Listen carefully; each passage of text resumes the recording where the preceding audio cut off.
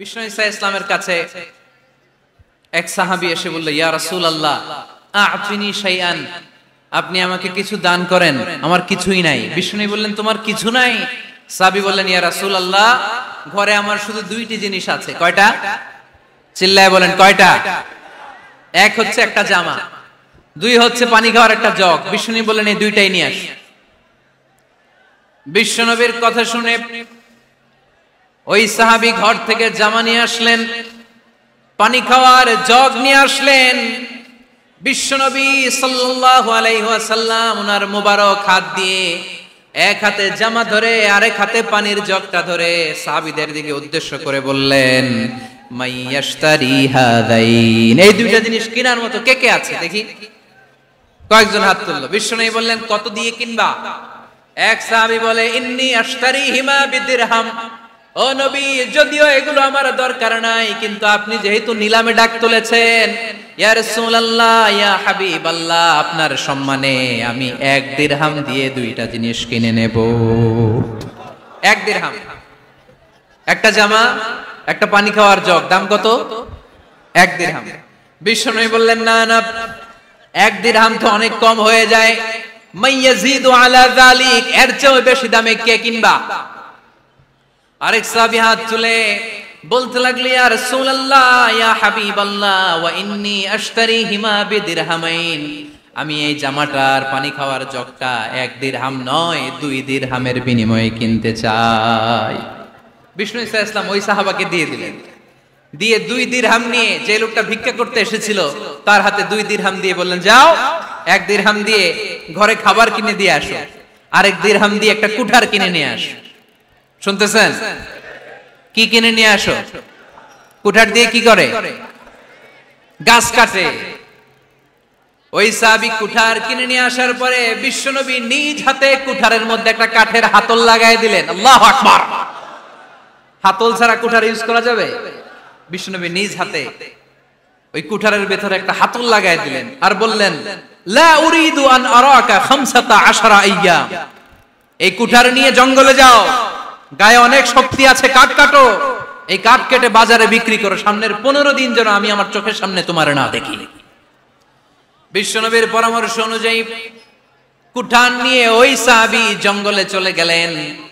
কাঠ কেটে বাজারে বিক্রি করতে করতে 15 দিন পরে 10 দিরহাম নিয়ে বিশ্বনবীর দরবারে হাজির হয়ে গেলেন। 10 দিরহাম নিয়ে বিশ্বনবীর কাছে হাজির হয়ে গেলেন। সাহাবী এসে বলল, ইয়া রাসূলুল্লাহ এখন আর আমার ভিক্ষা করা লাগে না, আমার গায়ে অনেক শক্তি আল্লাহ দিয়েছে, আই এম ভেরি এনার্জেটিক, আপনার দেয়া বরকতের কুঠার দিয়ে আমি কাঠ কেটে কেটে স্বাবলম্বী হতে শুরু করেছি। সুবহানাল্লাহ পড়েন।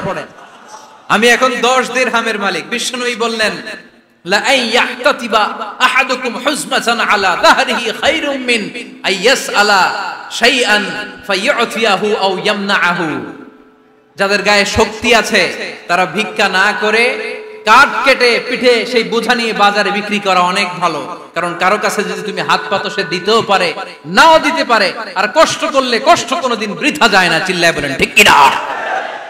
বিষ্ণু ঈসা ইসলামের অনুপ্রেরণায় এই সাহাবা অল্প কিছুদিনের ব্যবধানে স্বাবলম্বী হয়ে গেলেন। What is the moral of the story? বিশ্বনবীর এই প্রফেটিক স্টোরি থেকে আমাদের কি শিক্ষা? লেসন নাম্বার 1, বিশ্বনবী চাইলেই ওই 2 দিরহাম দিয়ে বলতে পারতো, যাও খাবার দাবার কিনে ফ্যামিলিতে দিয়ে আসো। সে ওই 2 দিরহাম নিয়ে খাবার দাবার কিনে ফ্যামিলিকে খাইয়ে রাত্রে আবার ভিক্ষায় নামতো। কথা কন, রাত্রে কি করতো? ভিক্ষায় নামতো। বিষ্ণু ঈসা ইসলাম তাকে কাজ করে খাওয়ার জন্য উৎসাহ দিলেন।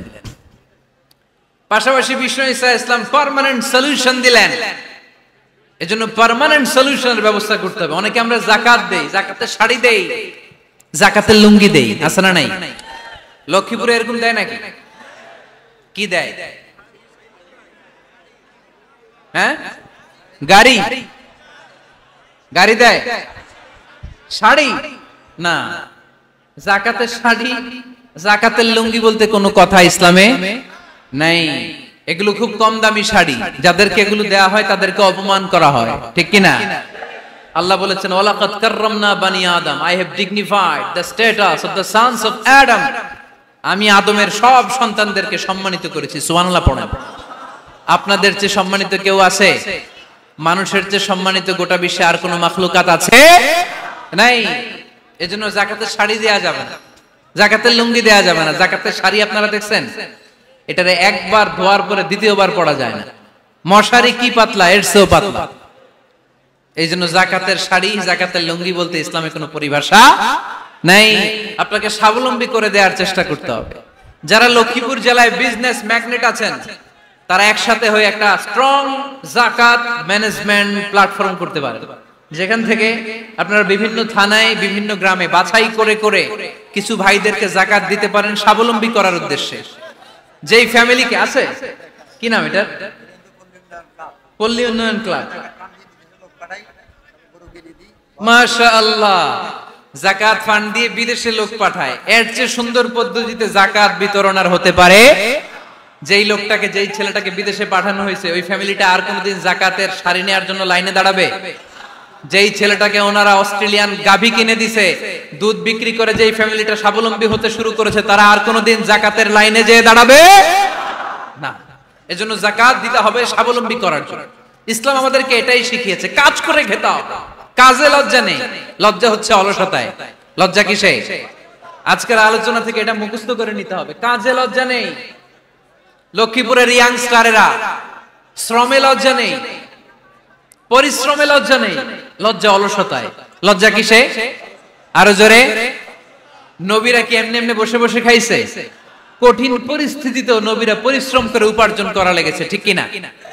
সাইয়েদনা মারিয়াম আলাইহিস সালাম, যার নামে আল্লাহ তাআলা কোরআনে একটা সূরা দিলেন, উনি পৃথিবীতে এমন একজন মহিয়সী নারী, যেই নারীর গর্ভে, যেই নারীর পেটের ভেতরে স্বামীর স্পর্শ ছাড়া সন্তান দিয়েছে কে? সাইয়েদনা ঈসা আলাইহিস সালাম পেটে আসলেন। মারিয়াম আলাইহিস সালাম লজ্জা পেলেন, হায় হায়, কেমন করে এলাকাবাসীদের কাছে আমি আমার মুখ দেখাবো? বিয়ে করি নাই, স্বামী নাই, বিয়ে হয় নাই, স্বামী নাই, কিন্তু পেটে সন্তান চলে এসেছে। হায় হায়, এলাকায় কেমনে মুখ দেখাবো? লজ্জায় পড়ে মারিয়াম আলাইহিস সালাম এলাকা থেকে চলে গেলেন। কি অবাক করা কাণ্ড! বাচ্চা ভূমিষ্ঠ হওয়ার জন্য, বড় হওয়ার জন্য 6 মাস 7 মাস লাগে নাই, পেটে বাচ্চা আসার সাথে সাথে বাচ্চাটারে বড় করে দিয়েছে কে? সাইয়েদাতুনা মারিয়াম আলাইহিস সালাম এবার বসে পড়লেন, বুঝতে আরম্ভ করলেন প্রেগন্যান্সির পেইন উঠেছে। হঠাৎ করে পেট থেকে বাচ্চা ভূমিষ্ঠ হয়ে যাওয়ার পরে উনি কাঁপতে আরম্ভ করলেন। ক্ষুধার চোটে খাবার কিছু নাই, সামনে ঝর্ণা, উপরে একটা খেজুর গাছ। সাইয়েদনা ঈসা আলাইহিস সালামকে কোলে নিয়ে মারিয়াম আলাইহিস সালাম মনে মনে ভাবে, হায় রে, কেউ যদি একটু খেজুর পেড়ে দিত, এই ক্ষুধার মুহূর্তে আমি খেজুর খেয়ে পেটের ক্ষুধা নিবারণ করতাম। রব্বুল আলামিন মারিয়ামকে উদ্দেশ্য করে আয়াত নাজিল করে দিলেন, ওয়া হুজ্জি ইলাইকি বিজিযিন নাখলাতি তুসাকিত আলাইকি রুতাবান জানিয়া। কোরআন সাক্ষী, হুজ্জি ইলাইকি বিজিযিন নাখলা, এর মানে হচ্ছে মারিয়াম, কেউ পেড়ে দিবে না, একটু কষ্ট করে হাতটা উঁচু করে খেজুরের ডালা ধরে ঝাঁকুনি মারো, টসটসে কাঁচা পাকা খেজুর নিচের দিকে পড়বে, তারপর তুমি তুলে খাবে। সুবহানাল্লাহ পড়েন। আল্লাহ চাইলে অটোমেটিক্যালি কারামাত হিসেবে খেজুরগুলো নিচে ফেলতে পারতেন না? কথা কোন? খেজুরগুলো অটোমেটিক্যালি নিচের দিকে পড়ছে? পড়ে নাই। আল্লাহ শিক্ষা দিয়েছে, যেই পরিস্থিতিতে থাকো না কেন, তোমাকে শ্রম ব্যয় করে, কষ্ট করে তোমার উপার্জন করতে হবে, রিজিকের বন্দোবস্ত করতে হবে। চিল্লায় বলেন ঠিক কিনা?